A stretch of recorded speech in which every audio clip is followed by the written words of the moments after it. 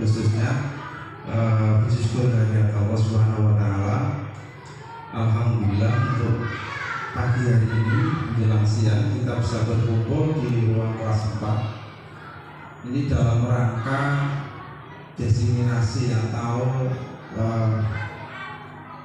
sosialisasi tentang pemahaman paradigma di dalam pembelajaran, khususnya ini kita angkat budaya positif dan lebih khusus lagi di kelas 4. Jadi ini sebenarnya ada nilai poin plusnya di kelas 4, nanti ini sebagai percontohan.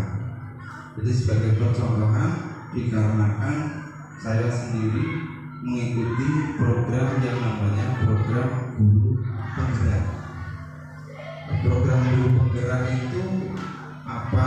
Program guru penggerak itu adalah yang sekarang digaung-gaungkan oleh Pak Menteri Pendidikan.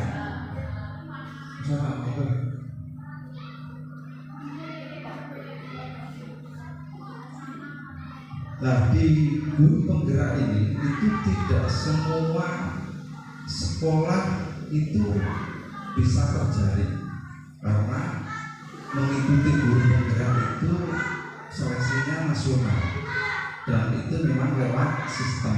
Dan di sistem alhamdulillah di sini saya sendiri bisa terjaring dan bisa mengikuti, dan ini sudah berjalan hampir 3 bulan. Dan ilmu ini itu kita langsung terapkan, harus diterapkan di kelas 4. Makanya kita setiap untuk pembelajaran itu selalu kadang berbeda dengan kelas-kelas yang lain akhirnya, karena mengikuti yang perkembangan di program guru penggerak itu sendiri. Dan itu pun yang yang menjadi titik utama malahan yang harus dilalui oleh kelas 4. Makanya berbeda. Ini nanti akan kita sampaikan bagaimana sih pembelajaran yang seharusnya sekarang itu dicanangkan oleh kementerian. Kemudian sebenarnya hal ini ingin saya sampaikan itu kemarin pada saat ada perkumpulan 456 itu Pak. Nah itu sebenarnya itu mau saya sampaikan, cuma waktunya saya harus ada pendampingnya dan tidak cukup, akhirnya saya harus mengundang ulang karena hal ini perlu disampaikan di bulan ini juga, karena di bulan depan nanti berbeda lagi akan kita memberikan materi sama anak-anak yang lainnya. Kemudian yang perlu kita cermati itu adalah yang sekarang itu digaungkan, yaitu sering viral, yaitu bullying. Bullying ini apa namanya? Kalau biasanya itu perundungan, perundungan murid yang sekarang ramai di media. Ya ini sering diangkat, makanya kita harus bekerja sama dengan wali murid. Bullying kemudian perundungan, makanya saya itu mencoba membuat yang namanya kalau di kelas 4 itu estomat. Estomat ya. Kalau buat pengingat anak-anak itu biasanya tak suruh menghafal dan kepenak, tak kasih singkatan-singkatan. Estomat itu harus S-nya salam. Tonya kalau mau minta sesuatu minta tolong. Ma-nya berarti harus kalau ada saran minta maaf. T-nya yang terakhir terima kasih. Mana tak singkat estomat itu biar mudah diingat maksudnya. Nah, termasuk hal ini pun kalau kita sampaikan nanti biar di rumah pun ya biar nanti juga sama-sama menerapkan, maksudnya seperti itu. Jadi maksud kita mudah itu yang kita terapkan di sekolah, di kelas, nanti juga di rumah biar anak-anak juga mau menerapkan. Kemudian selanjutnya masih kelihatan ya?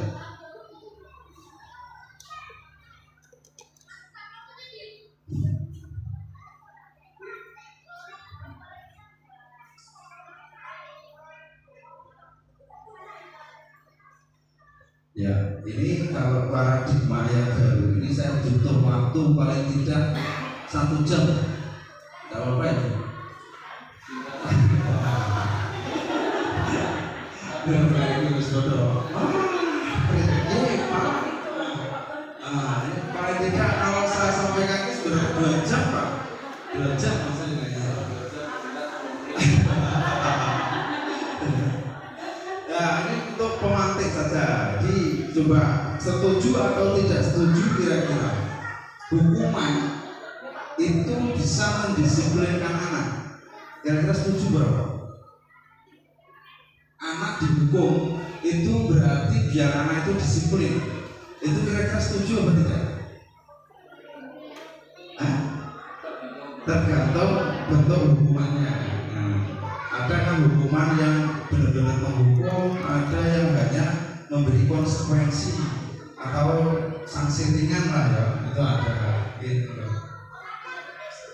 Ya silakan. Terus yang kedua, pemberian hukuman dengan hal positif. Seperti membaca, kemudian membersihkan halaman sekolah dan seterusnya itu bisa meningkatkan disiplin anak atau tidak. Jadi memberi hukuman kayak, ayo saya makan terlambat, moco sampai 1 jam. Terus sing mau rambutnya gondrong resiki WC. Nah, misalkan itu kira-kira yang seperti itu setuju atau tidak? Setuju baik. Tidak apa-apa ya, karena kita sama-sama belajar ya. Tidak apa-apa. Kalau itu mungkin ada yang berpikiran, tapi orangnya ini Pak, anakku mau gundul orang mau sadar daripada nah mungkin ya. Terus ada efek jerah katanya seperti itu kalau sekarang ada coba nanti. Ya, sebenarnya yang hal itu pun nanti akan kita bahas apakah itu memang perlu dilakukan atau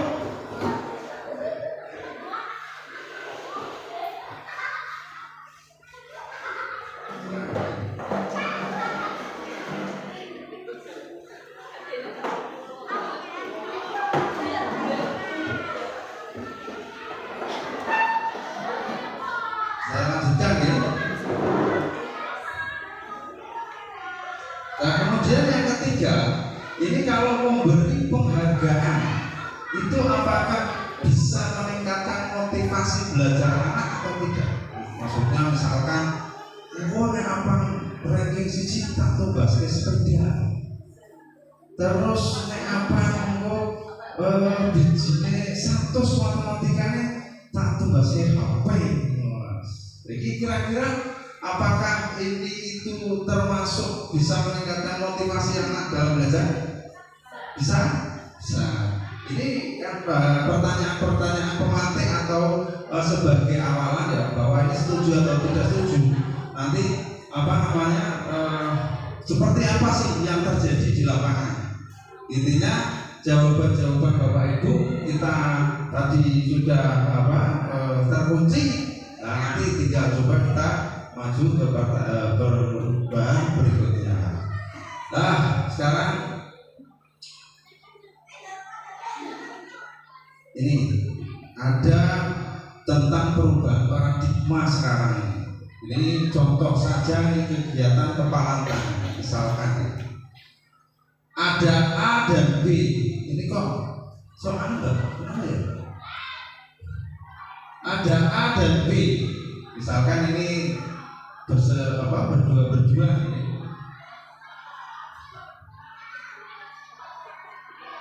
Coba secara kertas kecil tuliskan benda atau sesuatu yang sangat berharga untuk Anda.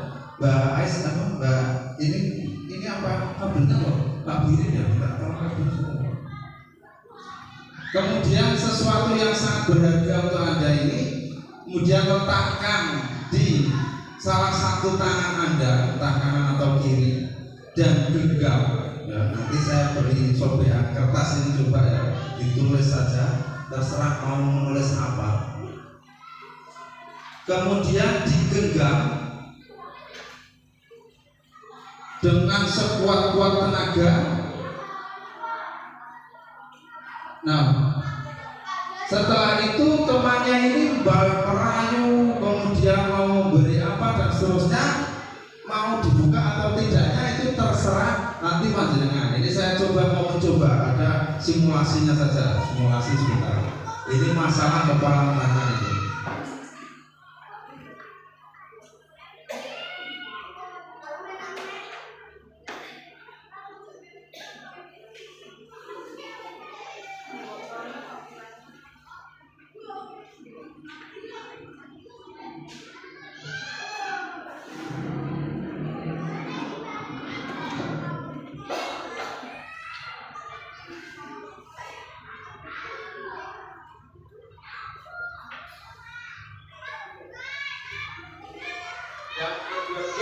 Yang berdua berarti kita coba berdua.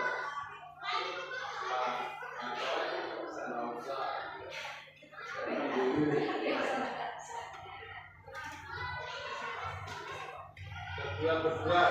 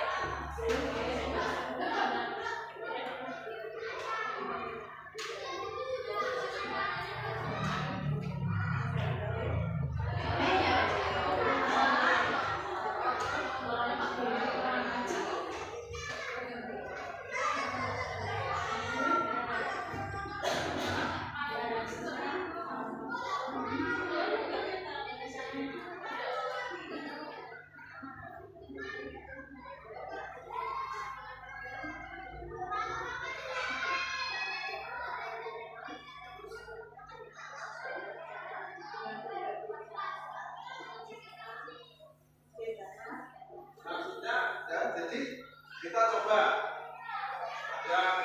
kertas tadi yang sudah saya kasih, silakan salah satu itu yang menuliskan barang berharga, misalnya barang berharga rumah atau emas atau apa dicengkeram ning tangan, terus kancane, tapi jeleke kancane iki ngerayu, coba buka pingin roh kuwi apa isine. Maksudnya ngomong kerayu, paham betul?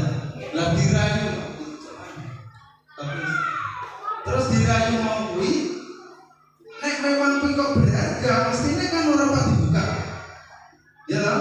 Tapi kalau itu kok tidak berharga kan harus, tapi kalau itu yang dituliskan itu berharga, pastinya kan tidak mau dibuka, tetap kudu kencang, walaupun yang temannya sebelahnya itu kira-kira apa ya, rayu Pak Mei wis tak ganti rugi mau kuwi regane piro paling sing jero ya barang koyo anu kowe di diwi pancingan iki tak beli rego 10.000 orang beli harga sekian, tetap nilai itu karena itulah mempengaruhi, itu yang namanya pengaruh itu. Orang yang mempengaruhi apa yang ada di dalam otaknya sebenarnya. Jadi terkadang kita itu ya termasuk anak-anak pun itu terjadi nanti seperti itu. Ini mau praktek apa nanti prakteknya di rumah? Prakteknya di rumah percepatan ya. Lanjut. Kemudian inilah ini yang dinamakan perubahan paradigma di sini. Jadi teori kontrol, makanya kita yang mengontrol diri sendiri loh. Sebenarnya tangan tadi yang di kepala tadi itu sebenarnya kita sendiri kan yang mengontrol mau dilepas atau tidak, bukan dari orang lain sebenarnya. Orang lain itu hanya perantara membisikkan kita, tapi kita sendiri yang mau atau tidaknya membuka kepala tangan itu sendiri.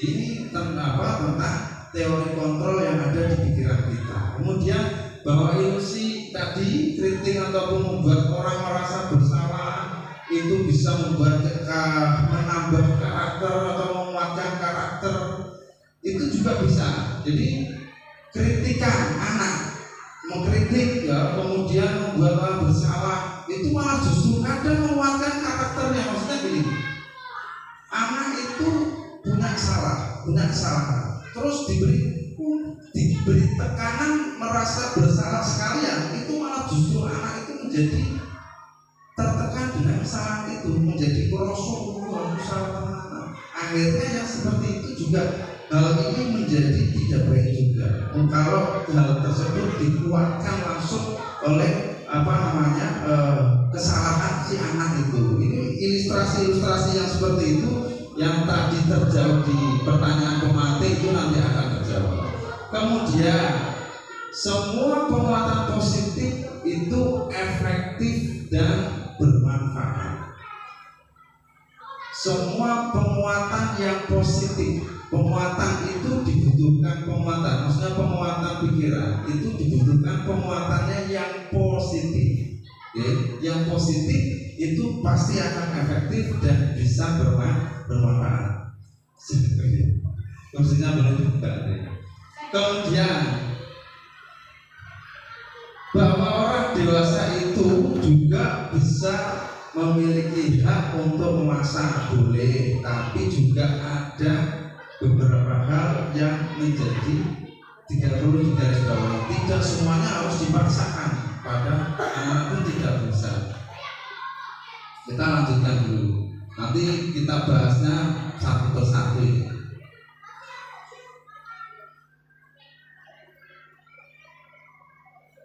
Nah, ini perubahan lagi. Perubahan stimulus respon kontrol ini kita sebenarnya di sini ya, mungkin yang tadi baru masuk. Intinya adalah saya mensosialisasikan ini. Itu kita belajar bareng. Karena kita yang saya terapkan nanti di kelas itu juga nanti akan tidak akan berpengaruh bagi anak ketika di rumah pun tidak dilakukan seperti pembelajaran yang ada di sini. Artinya saling berkesinambungan. Jadi biar saling mengait. Nah, salah satunya tadi sikap kontrol kita orang tua, sama dengan saya sebagai guru. Saya pun harus mengontrol karena anak itu semuanya karakternya berbeda-beda atau mempunyai karakter masing-masing. Dan saya otomatis juga tidak bisa mengetahui satu-satu anak ini mintanya seperti apa kan, tidak secara detailnya kan lebih tahu. Nah, hanya secara mengamati.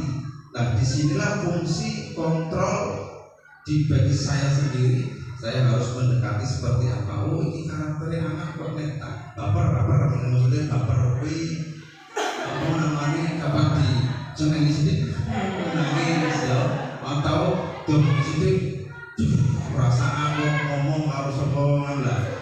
Yang di sini kan harus penyikapannya kan sendiri-sendiri, tidak bisa disamakan. Anak sing biasanya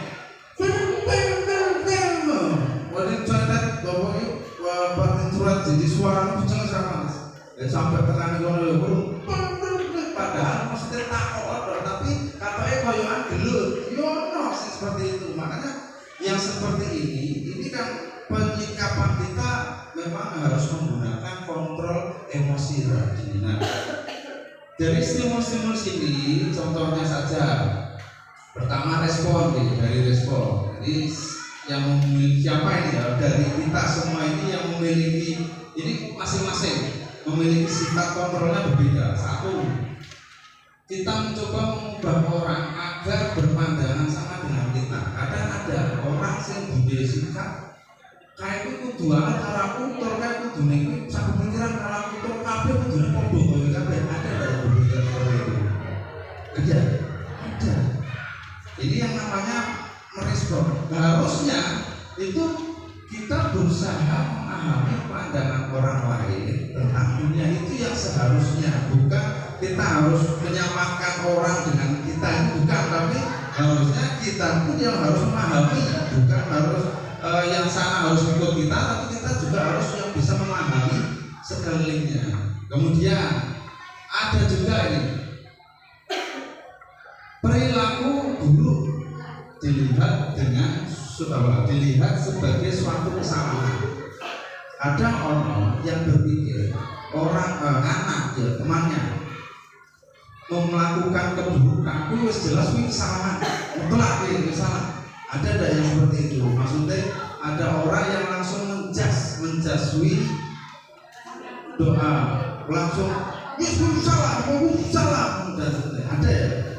Nah ini teori pakainya stimulus respon secara spontan, dan itu ada yang karakter orang seperti itu maupun anak dari tingkat anak-anak sampai dewasa ada. Harusnya bagaimana ya? Padahal semua perilaku itu pasti punya tujuan. Ini yang perlu diingat. Sebelum kita menjudge itu kita harus tahu bahwa yang namanya perilaku buruk maupun baik itu pasti punya tujuan. Tinggal tujuannya contoh.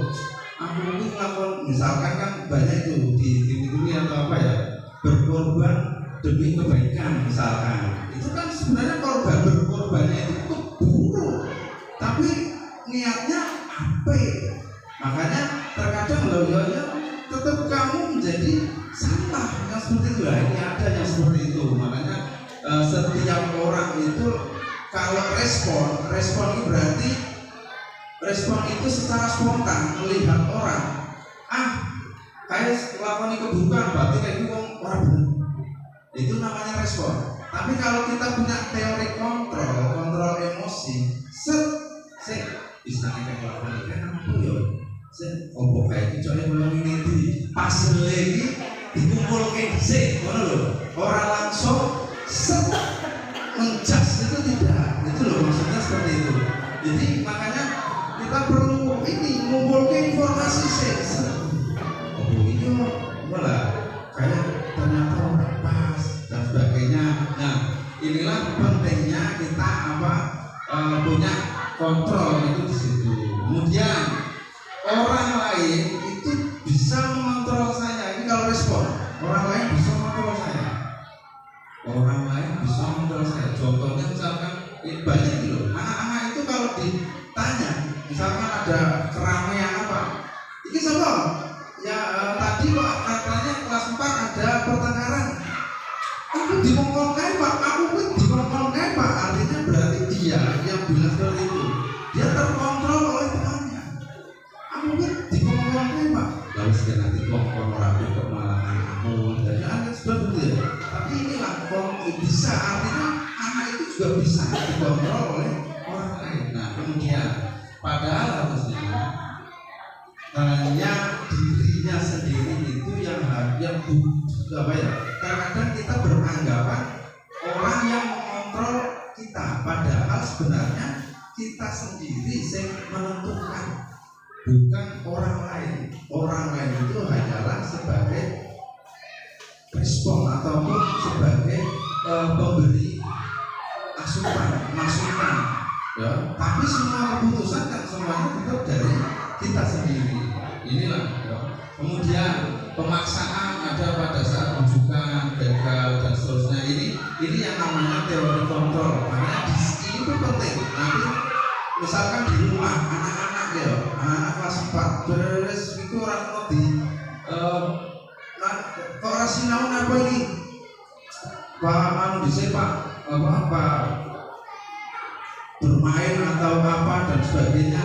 Nah itu juga berarti ibu-ibu pun harus bisa menyikapinya biar anak ini tidak menjadi ada nilai bisa menumbuhkan percaya diri. Intinya itu aja. Jadi ojo sampai kalau sekarang bahasanya mengecilkan hati ya.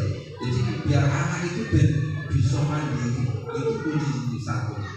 Banyak yang terjadi kemandirian anak yang sekarang itu terkadang masih bisa terkontaminasi ataupun terserang oleh pemikiran-pemikiran dari orang lain. Itu banyak itu hanya sekilas dari tentang. Nah ini yang paling penting ini di sini, yaitu disiplin, Pak. Tentang kedisiplinan. Di kelas 4 itu ada anak membuatnya datang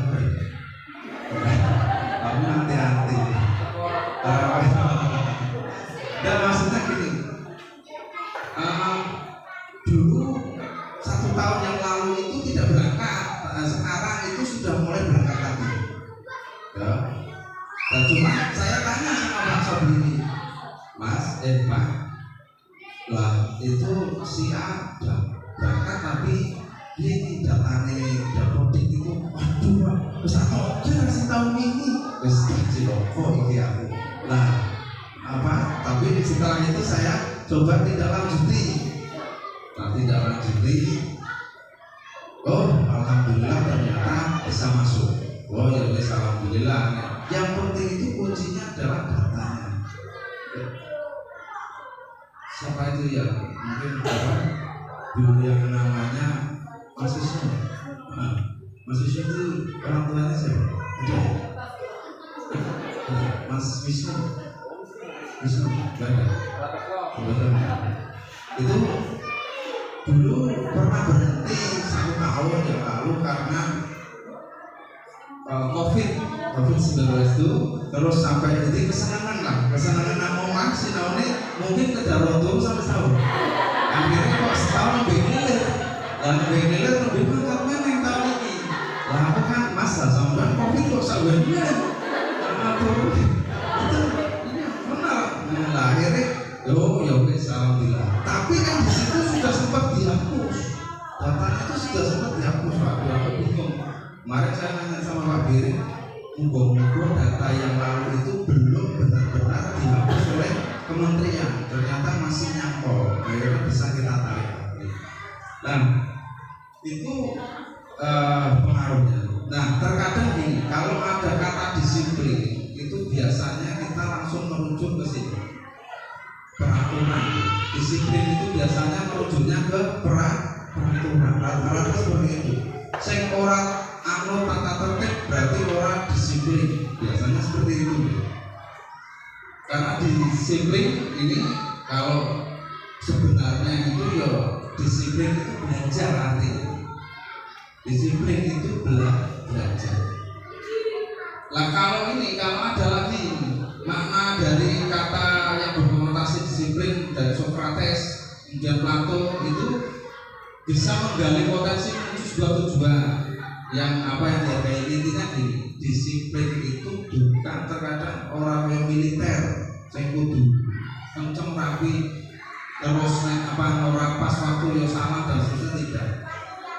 Yang ditonjolkan di kurikulum Merdeka itu disiplin itu adalah mau melakukan sesuatu tapi bukan dari tekanan ataupun dorongan dari orang lain, tapi dari dirinya sendiri. Itu yang makna sebenarnya disiplin. Yang kita dorong itu adalah itu.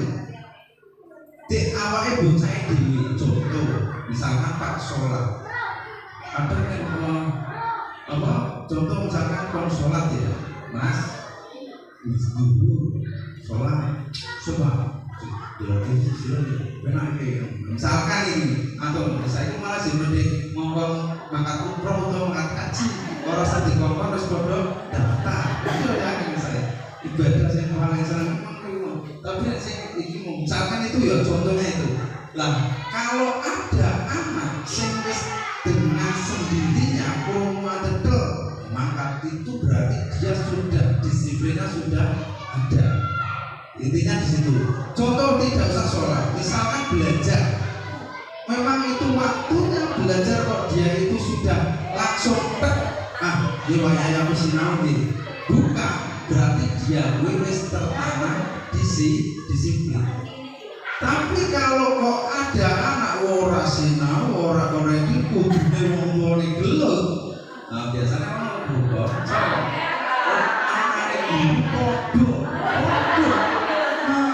kudune sing ngandani yo gurune liyane padha. Nah itu ya harus harus kita proses, tapi jangan sampai istilahnya itu tidak dengan mungkin tadi intonasi yang tinggi, notasi yang kita nada tinggi atau yang menjadikan anak itu down, itu juga tidak baik. Jadi intinya kita dorong bagaimana anak itu biar bisa memunculkan hati dhewe yang senang. Kemudian lanjut. Namun pada sesuatu yang dilakukan seseorang pada orang lain itu sudah rata-rata untuk kepatuhan. Kecenderungan umum adalah membuat kata disiplin dengan ketidaknyamanan. Nah, ini rata-rata anak-anak ini apa bisa menikmati disiplin, itu orang nyaman karena sudah tidak nyaman dengan peraturan-peraturan yang banyaknya itu. Kemudian lanjut lagi.